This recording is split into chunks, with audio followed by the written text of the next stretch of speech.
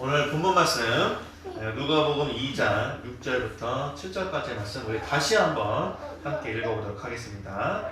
시작. 거기에 있을 그때에 해산할 날이 차서 첫 아들을 낳아 강보로 싸서 구유에 뉘었으니 이는 여관에 있을 곳이 없으리라. 아멘. 우리가 새해에는 성지와 관련하여서 이렇게 말씀을 전하겠다고 제가 말씀을 드렸어요. 그래서 오늘은 가장 이제 첫 번째 성지로 예수탄생 교회부터 한번 시작을 해보고자 해요. 그래서 오늘 말씀 제목을 예수탄생이라고 한번 해봤습니다. 예수님의 그 탄생과 우리가 어떠한 상관관계가 있는지 오늘 말씀 통해서 한번 알아보도록 할 텐데요. 오늘 말씀의 이 본문 누가복음 2장은 예수님의 탄생을 보도하고 있는데요. 예수님의 탄생과 관련한 성지 중에서 가장 대표적인 장소는 바로 예수탄생 교회가 있습니다. 예수탄생 교회는요, 베들레헴에 있어요. 베들레헴 시내에서부터 남쪽으로 한 8km 정도 떨어진 곳에 위치하고 있습니다. 예수님께서 태어났다고 알려져 있는 이곳을요, AD 326년에 콘스탄티누스 황제의 어머니인 헬레나가 방문을 했었습니다. 근데 그 방문 당시에는 이 예수탄생 교회가 있었던 것이 아니고요, 신전이 있었어요. 다른 이방신을 섬기는 신전이 있었는데 로마 황제인 하드리아누스가 세웠던 아도니스 신전이 있었습니다. 그래서 이 콘스탄티누스 황제의 어머니인 헬레나가 그 신전을 그 신전을 허물고 교회를 세우는데 바로 그 교회가 예수 탄생 교회입니다. 이후에 그 교회가 어떤 이유로 인해서 화재가 나게 되고 심각한 손상이 오게 됐어요. 그러자 AD 531년에 유스타티아누스 황제가 다시 거기다 교회를 세우고요. 그리고 12세기 때에 십자군이 한번 그곳을 보수했다고 합니다. 그러면서 그곳에 들어가는 문의 입구가 점점 이제 작아졌어요. 그래서 지금은 그 교회에 들어가야 하는 입구가 고개를 이렇게 숙이고 들어가야 할 정도로 입구가 아주 낮아지고 작아졌습니다.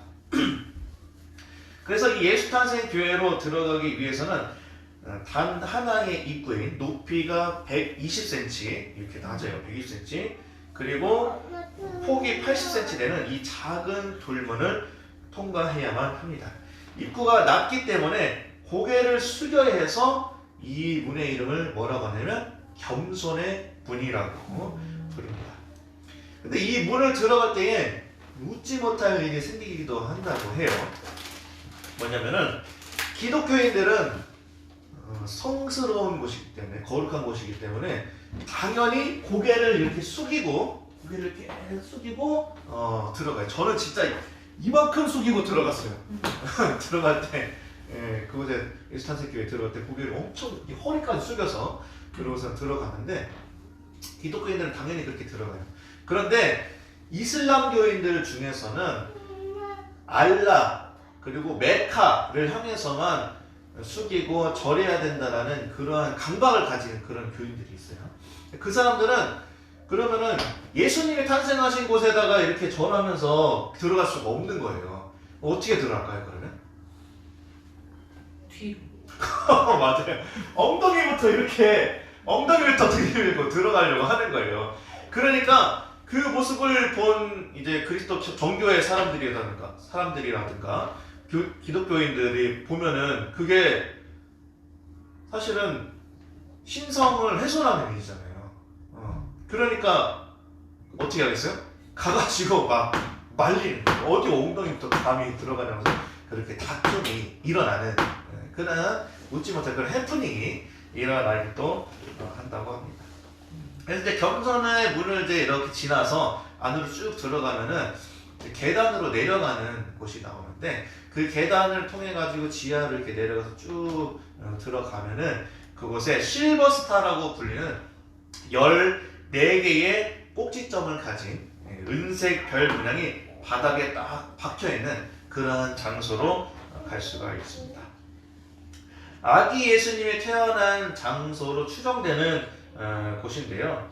이곳에서 순례객들은 바닥에 그 실버스타를 이렇게 무릎 꿇고 그 14개 꼭지점이 있는 그 은색 별을 이렇게 만져요.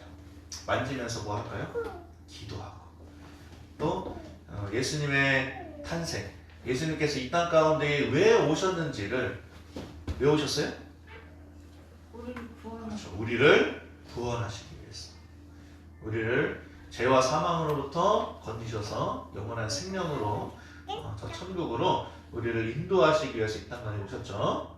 예수님께서 왜 이 땅에 오셨는가를 생각하면서 그곳에서 기도하고 그 별을 만지면서 예수님을 경배하고 예배합니다.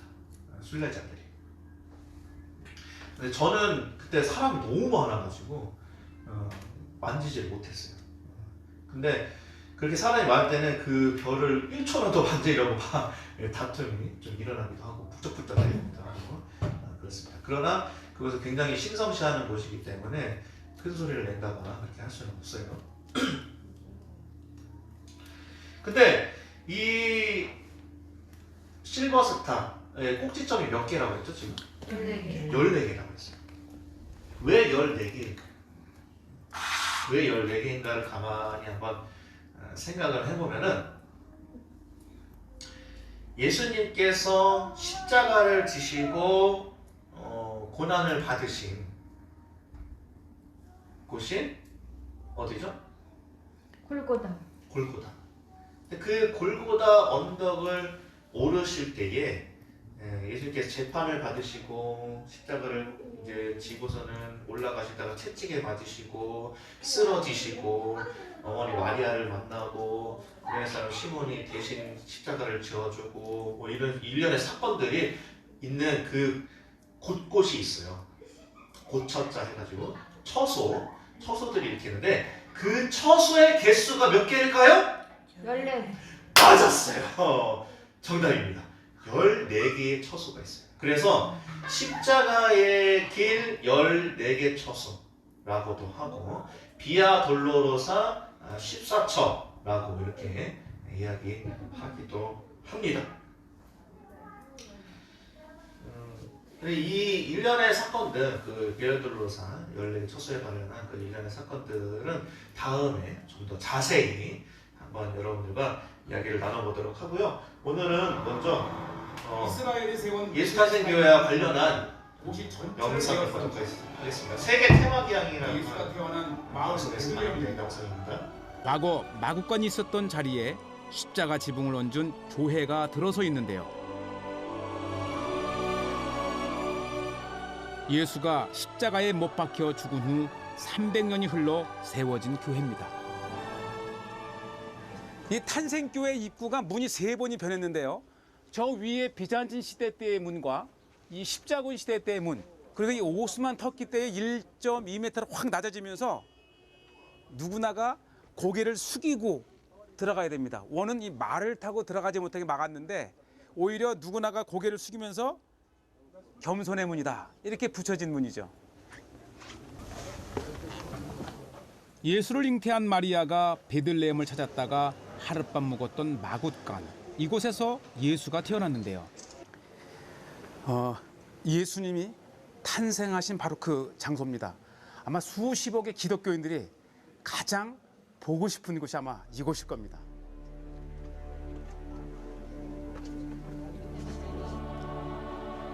(2000년) 전 말을 키우던 동굴 마굿간. 예수는 화려한 궁전이 아닌 초라한 말 구유에서 태어났습니다. 세상 가장 낮은 곳으로 오신 그분의 뜻을 기리며 기도를 올렸는데요. 위대한 인물의 탄생지로 인도했던 별입니다. 바로 동방 박사를 이 예수님의 탄생 장소를 이끈 그 별이 하나 내려와 앉아 있고요. 별처럼 밝게 빛나는 삶이 아닌 사회의 어두운 그늘 속에서 가난한 자의 친구로 살았던 예수, 그 숭고한 정신을 지금도 생각해봅니다. 수많은 순례자들이 예수님이 탄생한 곳을 방문하여서 예수님께서 이 땅에 오신 이유에 대해서 생각을 하고요. 그것도 감사하며 찬양과 영광을 올려드리고 있습니다.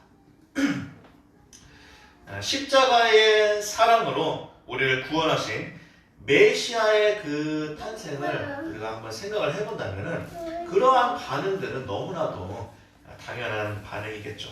그렇다면 오늘날이 아니라 예수님 당시, 예수님께서 태어나셨을 그 당시의 사람들은 예수 그리스도 메시아의 탄생에 대해서 어떠한 반응이었을까요?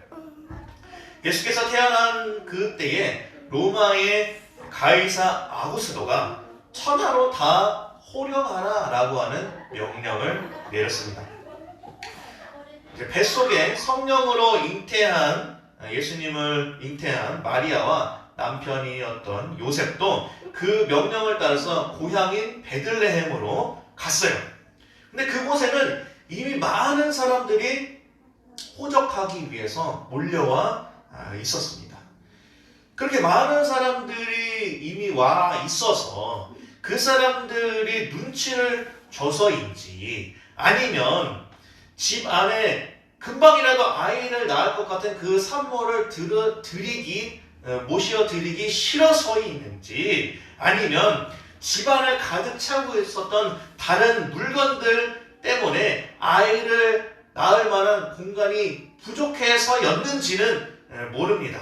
그런데 어쨌든 이러한 상황에 대해서 성경은 뭐라고 얘기하고 있냐면은 여관에 있을 곳이 없었다라고 기록하고 있습니다. 근데 이러한 장면을 한번 우리가 상상을 해보면요, 메시아의 탄생을 알지 못한 그 사람들에게 거부당한 아기 예수를 떠올리기가 쉽습니다. 그래서 성탄절에 교회에서 하는 그 성극에서도 보면은 여관 주인이 이렇게 나와가지고 빈방 없어요 그러면서 요셉과 마리아를 거부하는 그런 연극을 하죠. 근데 오늘날에도 사람들은 예수님을 거부합니다. 주변 사람들의 시선 때문인지 아니면 예수님을 마음속에 모셔드리기 싫어서인지 아니면 이미 내 마음을 가득 채우고 있는 다른 어떤 것들 때문인지 그 어떤 이유에서인지는 몰라도 우리 주변에는 예수님을 거부하는 많은 사람들이 있습니다. 예수님 당시에 그렇게 예수님을 거부했던 사람들, 또 오늘날 예수님을 거부하고 있는 그 사람들의 이유가 별로 다르지 않아 보입니다. 그들을 보면서 여러분은 어떤 생각을 하십니까? 혹시 나는 그들과 다르다고 생각하는 분이 계신가요? 나는 예수님을 거부하지 않는다. 나는 예수님이 머무실 곳을 나의 마음속에 마련하였다. 나는 예수님을 마음에 모시고 예수님만을 따를 것이다. 라고 자신 있게 말씀하실 수 있나요?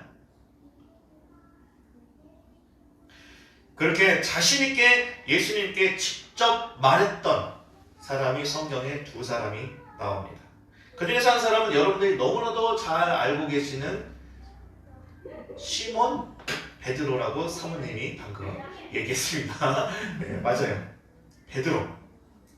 그런데 베드로는 어떻게 되었죠? 예수님께서 잡히시던 날 밤에, 그 밤이 다 새기도 전에, 새벽닭이 울기도 전에 베드로를 향해서 야, 너 예수님 그 예수와 같이 있던 사람 아니냐? 라고 하는 사람들을 향해서 몇 번이나, 3번이나 예수님을 모른다고 부인했습니다. 또 예수님만 따르겠다고 아주 자신 있게 말한 다른 한 사람은 누구냐? 어떤 한 서기관이었습니다. 예수님께서 여러 가지 이적과 기적을 행하시는 것을 보고 베드로의 장모의 열병을 고치시고 또 여러 병들린 사람들을 고치시고 귀신을 물리치시고 하는 그런 여러 가지 이적과 기적들을 베푸시는 것을 보고 나서 한 서기관이 예수님께 와서 이렇게 얘기했습니다. 같이 한번 읽어볼까요? 시작. 선생님이여 어디로 가든지 저는 따르리이다. 마태복음 8장 19절입니다. 아주 자신 있게 얘기를 하는 거예요. 서기관이 선생님 어디로 가든지 제가 따르겠습니다. 예수님께서 그런 이적과 기적을 베푸시는 걸 보니까 와 진짜 예수님이야말로 우리를 구원하실 분이라는 그런 생각이 들었던 것 같아요. 근데 이에 대해서 예수님께서 뭐라고 대답하신지 아십니까? 같이 읽어봅시다. 시작. 여우도 굴이 있고 공중의 새도 거처가 있을 때 인자는 머리둘 곳이 없다. 아멘. 왜 이런 말씀을 하셨는가? 예수님을 따르겠어요 라고 말을 하고 있지만 진정으로 예수님을 따르려는 그러한 마음을 가진 사람이 없었기 때문에 예수님께서 이 땅에 오신 그 이유가 무엇인가에 대해서 정말로 알고 그것에 대해서 자신을 내어 맡기겠다라고 하는 고백하는 그런 진정성 있는 고백을 하는 사람을 찾지 못하셨기 때문에 이런 말씀하시는 겁니다. 지금 이 한 서기관이 이렇게 이야기를 하고 있지만 예수님을 따르겠어요. 선생님을 따르겠어요. 라고 자신에게 얘기하고 있지만 이후에 예수님께서 십자가 지실 때 다른 많은 서기관들이 대제사장들과 장로들과 함께 예수님을 이렇게 말하며 희롱할 때 그가 남은 구원하였을 때 자기는 구원할 수 없도다. 그가 이스라엘의 왕이로다. 지금 십자가에서 내려올지어다. 그리하면 우리가 믿겠노라 라고 하면서 예수님을 희롱할 때 과연 예수님 선생님이요 제가 선생님만 따르겠습니다 라고 했던 이 한 서기관이 뭐하고 있었겠냐고요. 예수님을 희롱하고 있는 이 다른 많은 서기관들 그리고 대제사장들 장로들을 향하여서 그렇게 얘기하면 안 됩니다. 저분이야말로 우리의 메시아이십니다 라고 강력하게 주장했을까요? 예수님께서 십자가를 지시던 그곳까지 따라갔을까요?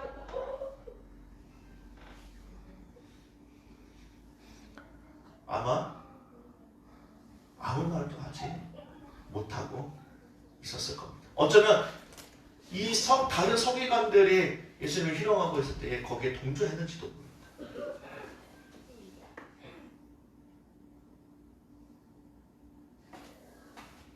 예수님께서 십자가를 지고 계시는 그 언덕 멀리서 예수님을 지켜보는 여인들의 무리만이 있을 뿐이었어요. 이 베드로와 한 서기관의 이 일화는 예수님께서 메시아로 이 땅에 오신 그 진정한 의미는 생각하지 않고 편협한 자기 생각과 판단만으로 예수님을 따르겠다고 그렇게 말한 것의 결과가 어떠한지를 보여줍니다. 여러분은 어떠십니까?